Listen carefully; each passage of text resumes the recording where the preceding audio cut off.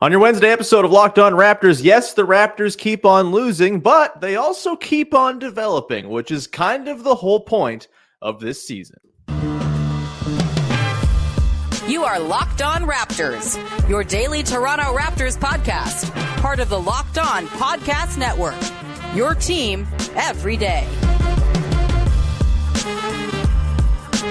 Hey, what's going on? And welcome to another episode of Locked On Raptors, part of the Locked On Podcast Network, your team every day. It is Wednesday, March the 13th. I'm your host, Sean Woodley. I've been covering the Toronto Raptors now for 10 seasons on various platforms. You can find all my work over on the Hell site at Woodley Sean. You can find the show on Instagram at Locked On Raptors. And of course, you can join us over in the Locked On Raptors Discord server, where it's a great place to come hang out, talking about draft guys, talking about movies. The Locked On Raptors Fantasy League is heating up, and the Fantasy League chat over there is a lot of fun right now. There's like 6 teams vying for one playoff spot in the final week of the season. It's thrilling.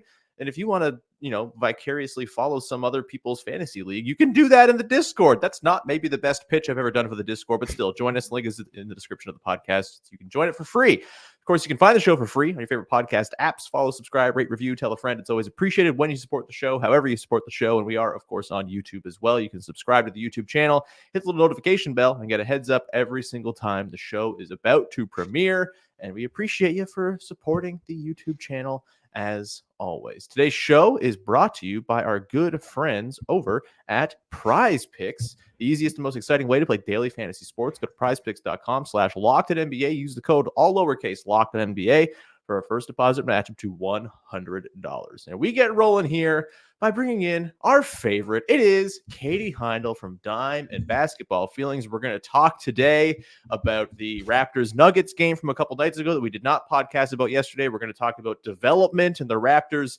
seemingly getting back to their roots as a developmentally friendly franchise. But of course, it's warm out. The clocks have gone ahead. There's daylight. Katie, is it shorts time yet? Katie Heindl's here. No, man.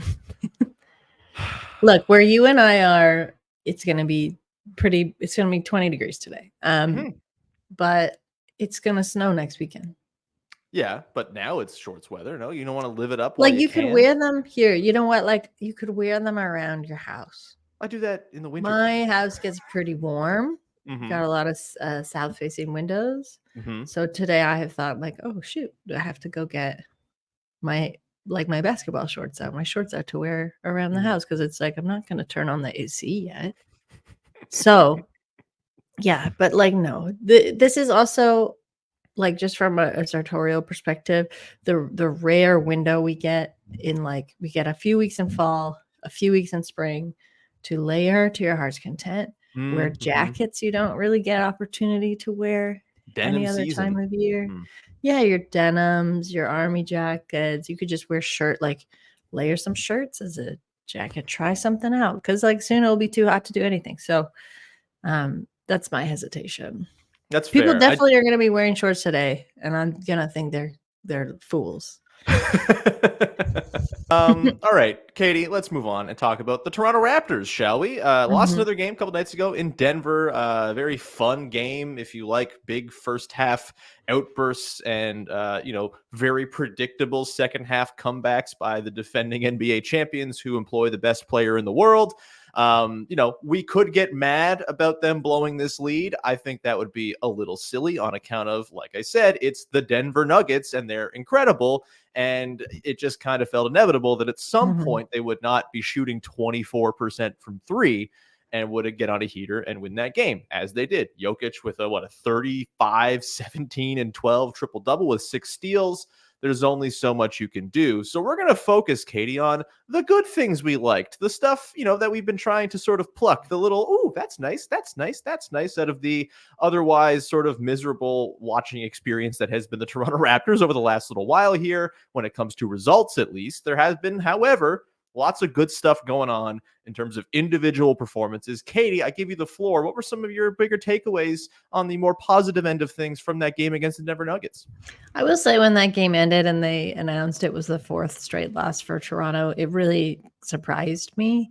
Yeah. I think because I'm maybe not everybody is looking at the games this way, but to look at these games as kind of individual performances, like we're saying, to look at the really like the bright spots, like that was a really exciting, fun game.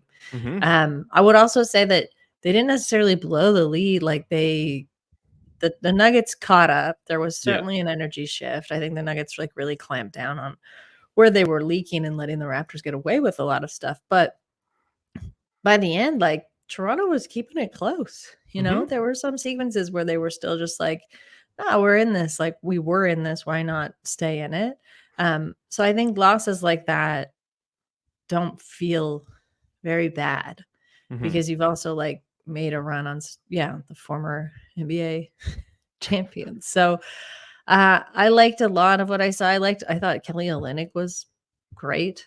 I thought like super aggressive in a very fun and like I'm just taking this over kind of way. Super confident, like pulling up from wherever he wanted to take threes. Also, I'd say like trying to muscle in as best as he could around Jokic. Sometimes like with a pretty crowded paint, not just Jokic hanging around down there. I thought Grady Dick was great. Also, just like very confident. There was a sequence, I think it was Michael Porter Jr. kind of yanked the ball out of his hands, but Grady like really fought for it. And then he got right back in transition. Like it was like a real, like he got spun around and he didn't just kind of stand there, like, you know, throw his hands up or anything like that. He got right back into things. So overall, I'd say the confidence and the kind of force and aggression sometimes, but like that waffled. But I do think like the energy, like you could tell when they had it, like RJ Barrett, like grabbing and swinging out these wild passes or just like kind of going in for the layup or making a shot from the corner. But there were these really beautiful sequences of ball movement that I think helped them keep that energy up and like kept them going, it was like really flowing from either end of the floor. And I think that's what the Nuggets had such a hard time getting a hold of. And like, ironically, the Nuggets started doing the exact same thing later. I thought, I don't know. I thought I heard this on the broadcast, but that the Raptors didn't have, like they'd made most of their points in the first half through fast break points and like basically had none in the second or fourth quarter, like second half or fourth quarter. So really I mean, again, down, like that's pretty indicative of this kind of energy drain we're talking about. So, other than like those things, and I guess losing the game, I thought they looked which doesn't fantastic. mean anything right now. It's fine. They're playing like a team that has like there's the stakes have been dissolved, right? Like they're playing quite free, but they're playing not like wild and, you know, like maniacs, or they're playing kind of like good maniacs. But I thought they were, you know, pestering. I thought they looked like they were having fun through like big sequences. They look really confident. They never looked surprised, which is also a nice thing to see. You know, when a team in their position has a team like Denver on the run, there can be a moment of like, oh shoot, we shouldn't be here. But I never, like, I didn't see that. So all in all, like a great loss. I mean, it's been a run of pretty decent losses, honestly. Like there have been a lot of interesting individual things to pluck from these games. And like I feel like we maybe buried the lead a little bit. The Raptors played this game without a point guard. Like against the Nuggets, they played without a point guard. It's pretty nuts. And yeah, I mean, 9 assists for RJ Barrett, I believe a career high or tied for a career high. You know, he just continues to be so fantastically metronomically consistent. It's kind of ridiculous. And we'll talk about him a little bit coming up as we dig into the player development the Raptors have been sort of overseeing this season. But I mean, you get then the platform for Grady Dick to walk in and have 7 assists and like run some pick and rolls and have more responsibility. You know, that's not going to be something he's often asked to do when this team's at full health, but knowing you can kind of go to that stuff is really important as you sort of build out a real serious competitive basketball team that wants to go win at higher levels down the line as soon as potentially next season. And I think it's been fantastic to watch. You know, Obviously, there are the drawbacks. The defense obviously does not quite have the juice, as you might say. They give up 74 points in the second half to the Nuggets. Look, you're going to do that to the Nuggets sometimes, but they just are entirely compromised defensively without Scotty Barnes or Jakob Poeltl, and even Emmanuel quickly at the point of attack is a valuable piece they did not have in this game. And so again, I can't take too much negative from this game, considering the opponent, considering the context, and considering the individual stuff that popped off the screen for a lot of these guys. Pretty good stuff. And I think that's been, Katie, sort of my feeling thinking about the season as a whole, kind of taking a 10,000 foot view. Things have been pretty impressive, I think, when it comes to the player development machine that the Raptors hope to be. We're going to get into some individual guys, the sort of then and now, the before and after of their development this season, and really take a look at, are the Raptors back as a developmental hub? We'll get to that coming up in just 1 second here on the show. Today's show is brought to you by our friends over at eBay Motors. Passion, drive, and patience. What brings home the winning trophy is also what keeps your ride or die alive. eBay Motors has everything you need to maintain your vehicle and level it up to peak performance, from superchargers, roof racks, exhaust kits, LED headlights, and more. Whether you're into speed, power, or style, eBay Motors has got you covered. With over 122 million parts for your number one ride or die, you'll always find exactly what you're looking for. And with eBay Guaranteed Fit, your part is guaranteed to fit your ride the first time, every time, or your money back. Because with eBay Motors, you're burning rubber and not cash. With all the parts you need at the prices you want, it's easy to turn your car into the MVP and bring home that win. Keep your ride or die alive at ebaymotors.com. Eligible items only. Exclusions apply. eBay Guaranteed Fit only available to U.S. customers. Back at it here, kicking it with Katie Heindl, the inventor of shorts, the purveyor of basketball feelings, and of course, a wonderful writer over at Dime and all other spots on the internet. Let's dive in now, Katie, to player development. A year ago, just about, 11 months, 12 months, 13 months.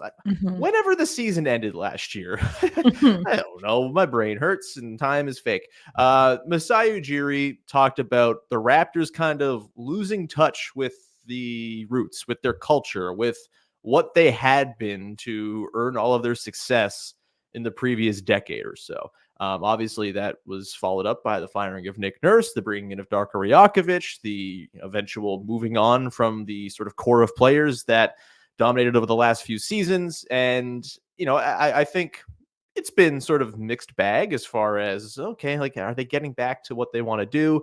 The first half of this season was, a lot of last year's, same problems kind of carried over in a different sort of way. Obviously, Scotty Barnes taking the jump really sort of changed the context of the team, and what also not totally changing it in sort of a broader sense. And I think, it's easy to sort of look at this season as a bit of a lost year. They're 23-42. They are very bad. They are not going to make the play-in. They are not going to be bad enough, likely, to guarantee they keep their own pick, all that stuff. But I ask you, Katie, do you feel like the process of getting back to the roots that made this team what it was during their most successful run is underway in a promising way this season, in terms of individual player development, in terms of the team kind of getting back to operating as it used to? I kind of feel like it is, but I'm curious where you come down before I go a little bit further into it. What you got? I think it is by intention, but I also think it has been by accident a little bit. Sure. I was texting you yesterday when we were talking about this, and as a joke, it was this is what happens when you've had 28 people on your roster all season. Right. And you forget some of the iterations this team went through. I definitely have forgotten multiple times Dennis Schroeder was on this basketball team. So I think where they did intentionally hope to develop, the team has done a really good job with that. They've done a really good job in kind of reactivating 905 as not just a one-way pipeline, but you saw Grady Dick go down. I don't want to say go down there, go over to Mississauga. It's not a demotion. That's No. what I'm mostly trying to say. But you saw him go to 905 because he wasn't really getting the minutes that he needed to develop. And then when he was in game, he did look a little bit lost sometimes. We've talked about this. And then you see him come back after playing a ton of minutes, more minutes than he could have gotten with the Raptors, which is the whole point of using players back and forth like that. And look at him now, like he's taken pull-up threes against the Denver Nuggets without a care in the world. God, so cool. Yeah. And that flashy stuff is fantastic, but he seems to be more aware of his space within a game at any given time, which is the more important thing. He's got a better sense, I think, of like the flow and the rhythm of the game and where he needs to be, which is, to go back to that point of some of this being accidental, I think is even more impressive considering the personnel around him have changed. Like they've even changed from when he last played this many minutes at the beginning of the season, to now, out of necessity from injury and from what, trades and losing people have brought. So I think in the flashes there, you've seen it. There's obviously been like some phenomenal, like opportunities from guys who were playing with the 905 and that got signed to the Raptors. I've really loved to see like how Jontay Porter, Javon Freeman Liberty, like fully taking advantage of the minutes of the opportunity, not just to showcase themselves, but to really like put their skills to work, right? Like we talk about it a lot as like a spotlight opportunity for those athletes, which you can't really underestimate because it totally is. But I think they're also coming in and playing as part of a team, like as a greater whole, which is really cool to see. In terms of players we assumed would just continue on in their developmental trajectory, like a Scotty Barnes, that was nailed that one. Yeah, well underway until his injury. And so that doesn't make me as concerned about his injury, the nature of it, as well as just the timing of it.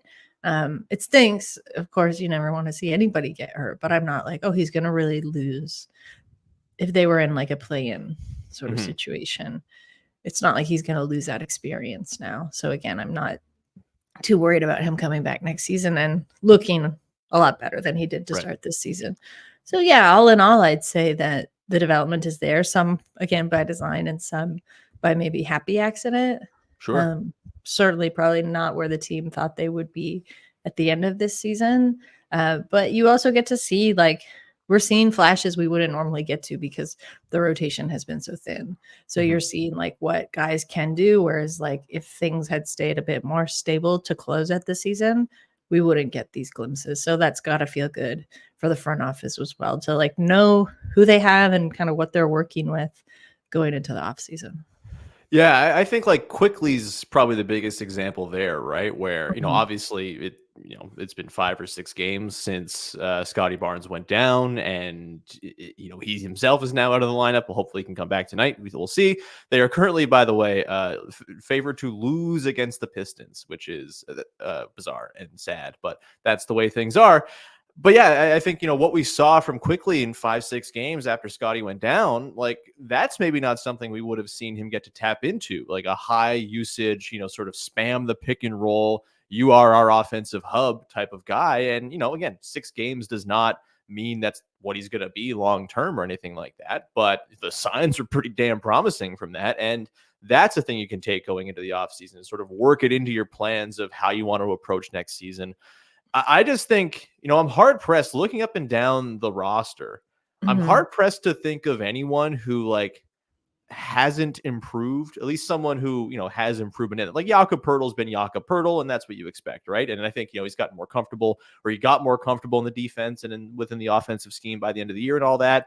I think there's certain development there, but I wouldn't say he took like a leap or anything like that. But as far as like guys with sort of development in front of them, I wouldn't say anyone really stagnated. I don't think anyone's taken a step back. And I think a lot of guys have kind of come out of nowhere, right? You mentioned Jontay Porter. I'm not terribly high on Jontay Porter as like, oh, he's going to be the center of the future or anything like that, but decent rotation player who can knock down a few threes. He had 5 assists in that Nuggets game.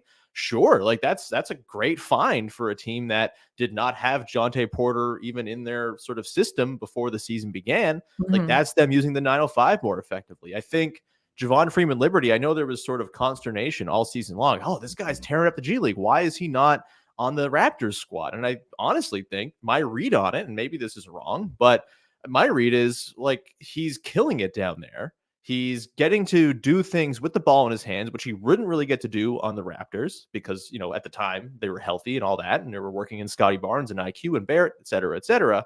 And I think it was like a pretty clear, let's keep this guy down here. Let him work at the stuff we know that he's going to bring to the NBA, like as a backup point guard or whatever his gig's going to be long term if he's going to be with the team, and have him sort of use the 905 as a testing ground for his limits. And I think that was a great call. Like, I think that served him more than sort of being the 13th man on this team would have been all season long. And I think, you know, that's maybe something they didn't do so well with their two ways in recent seasons. And so from the 905 guys to, you know, even like Malachi Flynn at the start of the season, where he showed signs of being like an NBA player of sorts after not showing that at all. You know, Scotty Barnes taking a gigantic leap. RJ Barrett seemingly walking in, getting the sort of readout from the coaching staff as this is what you do now, go do it. And him being unbelievably good at that since, with like very little drop off or inconsistency. That to me is player development. It just seems like they have an idea of what they want for all of their players, which I don't think was a thing that was the case in the last couple of years of Nick Nurse. And, you know, I do think we got to credit Darko Rajakovic. Like, this has been an incredibly hard year to be a first-year head coach. Where are you at on sort of your read of Darko and what he's done with this team? Like, are you feeling pretty happy and comfortable about the way he's overseeing this development, this sort of, again, fractured, busted, weird season? It's got to be one of the harder first-year gigs anyone's ever had to kind of manage. It's been, to me, I think, a pretty remarkable job he's done. Yeah, I think he's done a great job. I also think, though, like, there has been no continuity within roster and kind of team makeup, but his continuity has stayed the same, and not in a stubborn way, I think, because we've seen some coaches kind of hold on to plans and be like, well, this was the way I wanted to do it. But he's kept this like goal, this like larger goal in mind of where he wants the team to be and how he wants them to be able to play in his mind. And I think has been kind of coaching that all season. He got away from, how I know he's flexible is because he like got away from the kind of deep, we're going to be on a 10-man rotation thing, even when they had 10 men to be in rotation. Like, he got away from that when it didn't seem to work anymore. I think that could still be the goal, but I think he understood, like, you got to work with the people that you have and try and showcase the skills that they have. And I think, you know, we also, like, we know what we can see, but also, like, being around the team, you know, his energy and kind of mood has stayed pretty even, but like even and positive, right? Because like he is such I don't know, he's like he stayed like really genuine. He's had like, he's been, when he is frustrated, he shows it. So I don't have the sense that he's like showing us one thing and then going away and having like a meltdown in the locker room, right? Like, he's an even keeled guy. He's not Nate Bjorkgren, you're saying? Yeah.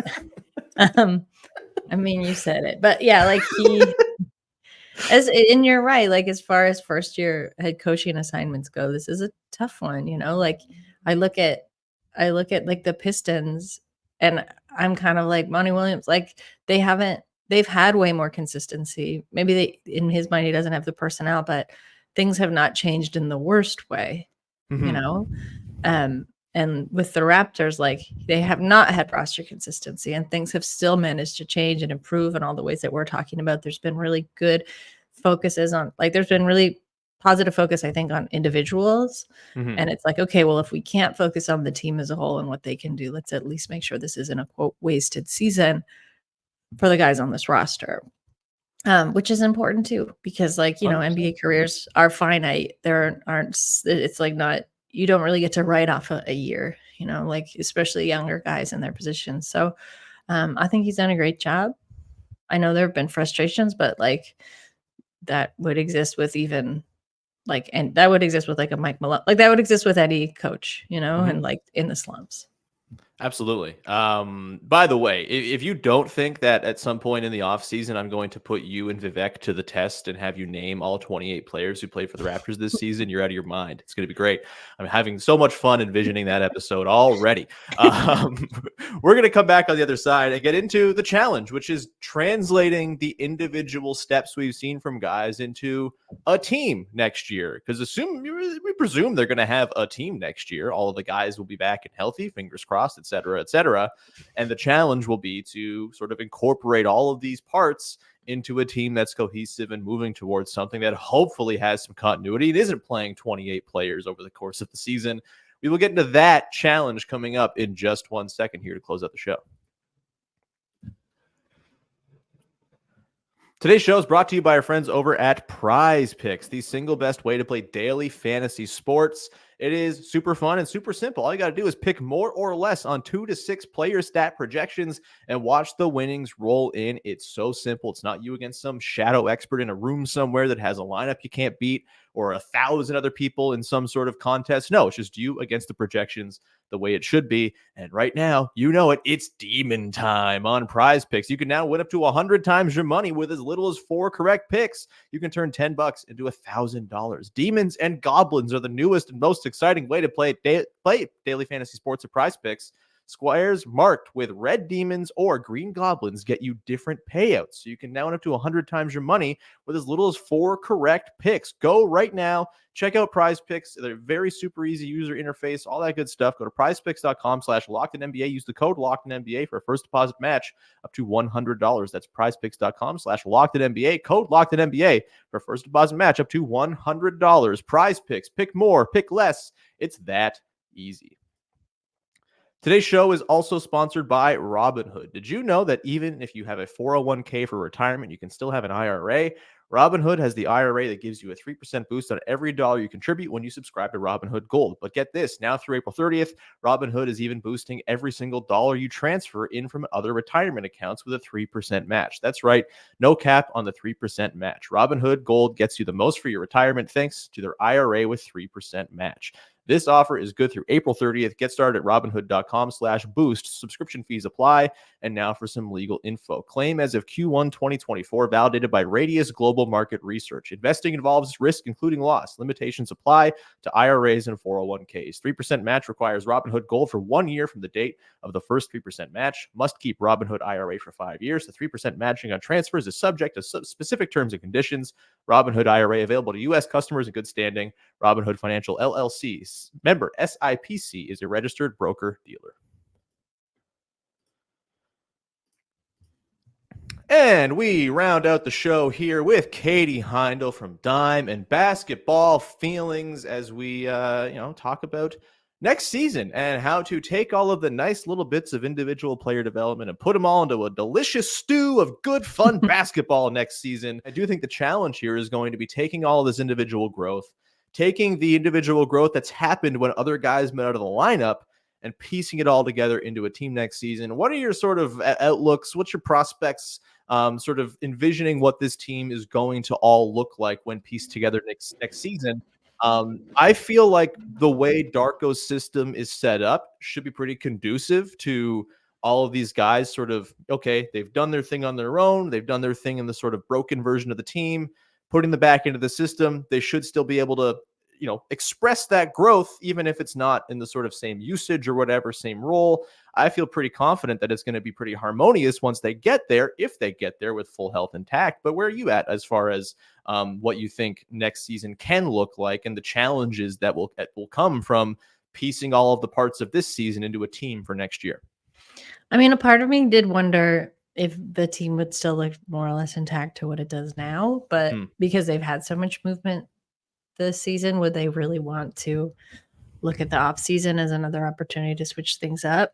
But I think I'm back on the side that they will, not just like the Bruce Brown question of whether, he stays or goes somewhere else. But I think in looking at all the, I don't want to call them upsets, but just like how things have been disrupted, they've had really ample opportunities to get a whole 360 view of this team, where their shortcomings are, where yes, development is on track, but where they might still fall short next season, because I think the goal next season is would not be a play-in team. Like, that feels way too incremental. It would be to make the playoffs. Sure. I think that just makes sense for the aggressiveness that we've heard time and time again the front office talk about this team with. I think this season it's like, yeah, you have a lot of flexibility with your head coach. You've shown that you believe in him and are giving him the freedom to do what he wants to do. But I don't mean to be like next year it's down to business, but I think the Raptors have shown they're not really happy with incremental growth, and that was the reason for the whole changeover. So I would wonder who is going to be best suited to that team, right? Like, if you got like a healthy Scotty Barnes coming back, if quickly is going to be such a huge part of that team, so is RJ Barrett. If those are sort of your main three, how do you want to like shore things up around them? Sure. Yeah. I mean, I do think, to your point, there is every reason to think it's like go time as of next season. And look, if they don't make the playoffs, I don't think that's going to spawn some, another teardown or anything like that. But yeah. I think as long as it's not like an embarrassment, I think as long as they can sort of find themselves in the sort of above where the Bulls are tier, I think that's probably going to constitute some level of success and, step forward. And I think it's like entirely possible.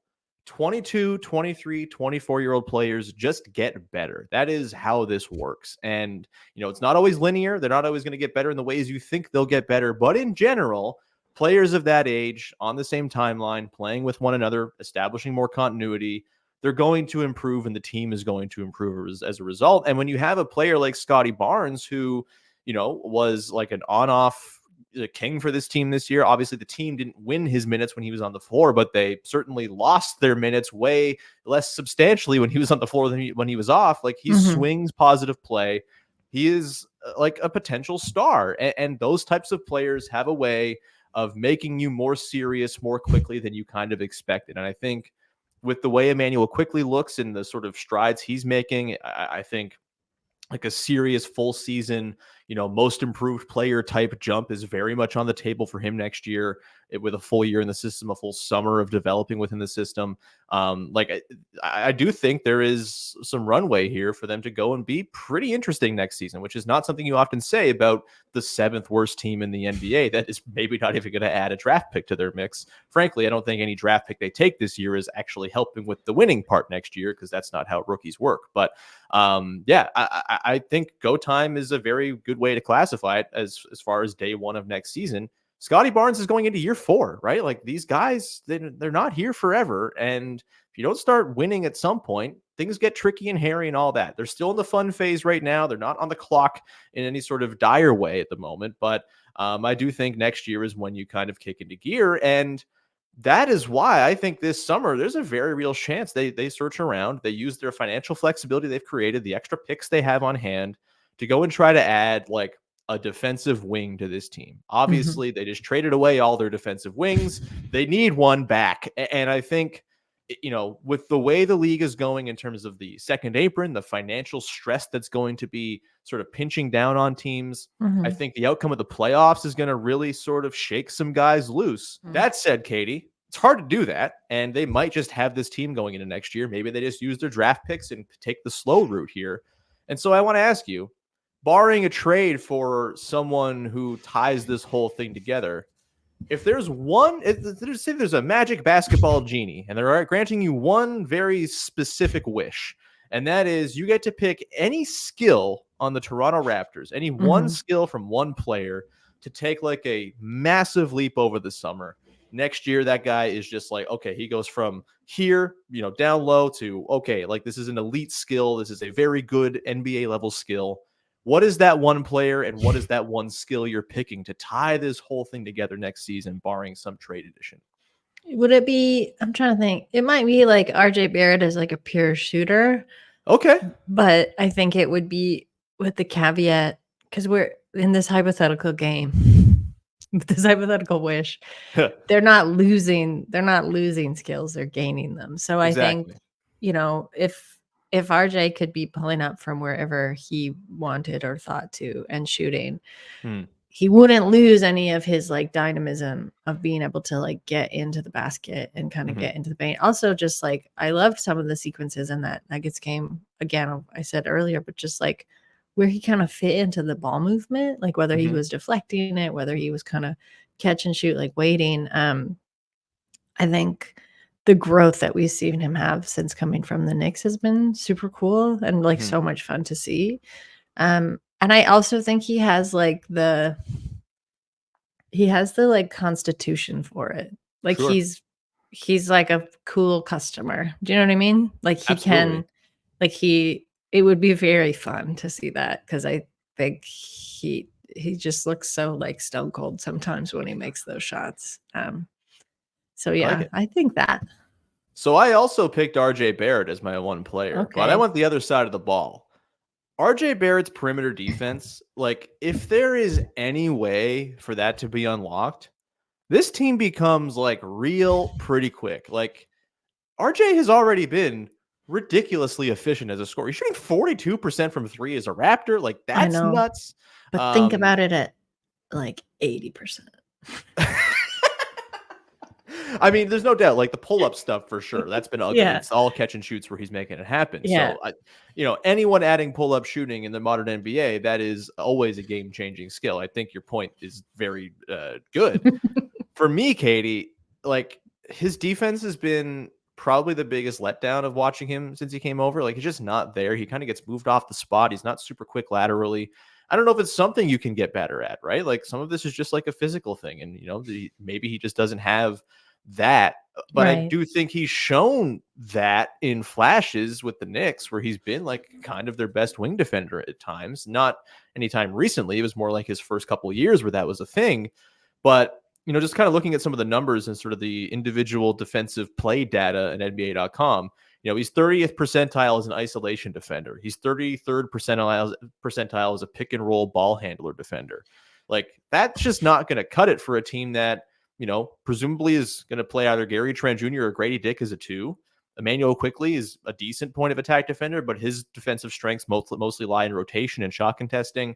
And Scotty Barnes, as good as he is as a low man, has not been a good perimeter defender really in his career. And so, like, if you had like a real wing stopper in the form of RJ Barrett, you don't need to go out and drop a whole bunch of trade stuff on a wing to bring in to add to the mix. Like you can take the slower pace. You can use your draft picks and develop them slowly and have sort of guys join the core as you go. I don't know how optimistic I am that it happens, but if RJ Barrett becomes like a wing stopper, this whole thing gets a lot more serious, a lot more quickly, Katie. So that's my biggest hope for next season is RJ suddenly comes out and is locking dudes down. What a dream it would be. Katie, we'll leave it there for now. Do you have anything you want to promote for the good people out there? You've been all around this week. The Raptors show. Holy boats. What you got to promote?